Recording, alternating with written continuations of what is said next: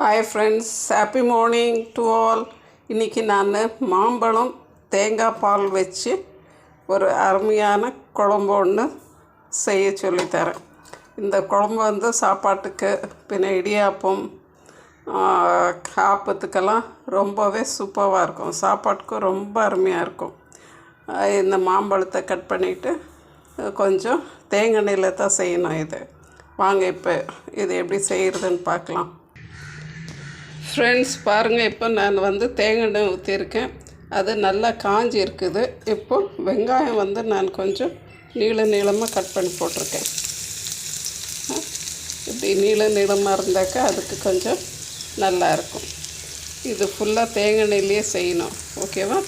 வெங்காயம் கொஞ்சம் வதங்கட்டும், ரொம்ப தீயக்கூடாது. கொஞ்சம் கண்ணாடி பதத்தில் வதங்கினா போதும்.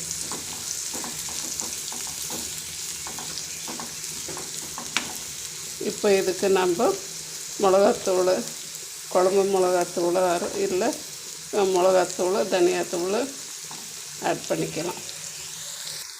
பாருங்க ஃப்ரெண்ட்ஸ், நான் இப்போ மிளகாத்தூள், தனியாத்தூள் இன்னும் இந்த வெங்காயம் வதங்கிடுச்சு. அது கருவேப்பிலை போட்டு வதக்கி விட்டுட்ருக்கேன்.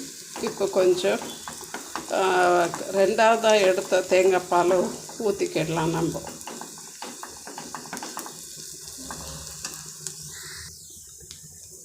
பாருங்க ஃப்ரெண்ட்ஸ், இப்போ நான் ரெண்டாவதாக எடுத்த தேங்காய் பாலை ஊற்றிடுறேன். இதுக்குள்ளே நாம் கொஞ்சம் உப்பும் அந்த கட் பண்ணி வச்சுருக்க மாம்பழத்தையும் போட்டுக்கலாம்.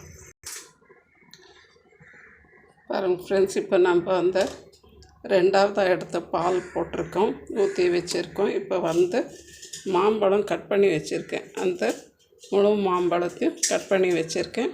இதில் போட்டுடலாம். கொஞ்சம் இந்த குழம்புக்கு கொஞ்சம் மிளகா கொஞ்சம் கூட கொஞ்சம் போட்டோன்னாக்கா இந்த ஸ்வீட்டுக்கும் அந்த மிளகாக்கும் கரெக்டாக இருக்கும். ஒரே ஒரு தக்காளி கட் பண்ணி போட்டுக்கலாம்.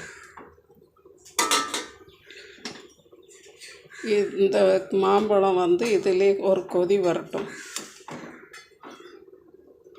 இப்போ நம்ம இதில் தக்காளியும் ஆட் பண்ணிடலாம். ரொம்ப புளிப்பாக தேவையில்லை, கொஞ்சம் ஸ்வீட்டிஷாக இருக்கணும். அப்போ தான் இது நல்லா இருக்கும். இப்போ பாருங்கள் ஃப்ரெண்ட்ஸ், இப்போ இது கொதி வந்துடுச்சு. நான் இப்போ ஒரு தக்காளி கட் பண்ணி வச்சுருக்கிறத போட்டுக்கிறேன்.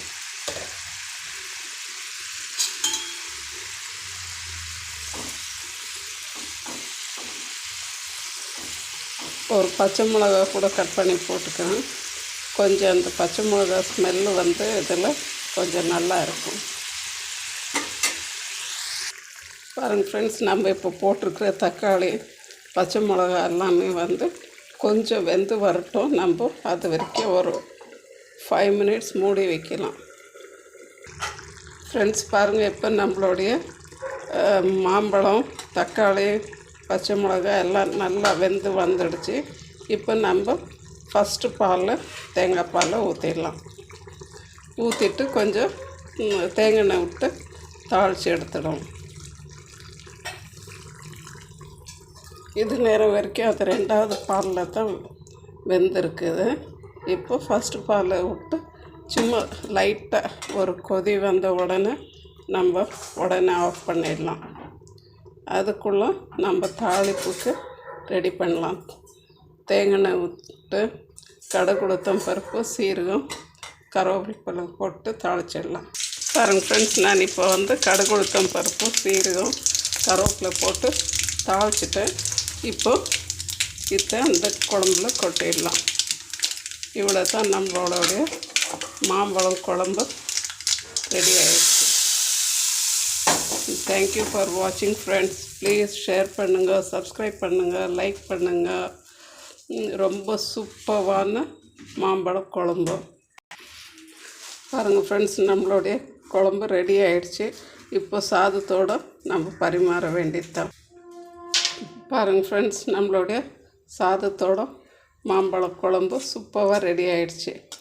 எல்லோரும் சாப்பிட்டு என்ஜாய் பண்ணுங்க. எல்லாம் ஹாப்பியாக இருங்க, ஹெல்த்தியாக இருங்க. தேங்க்யூ ஃபார் வாட்சிங். Thank you friends.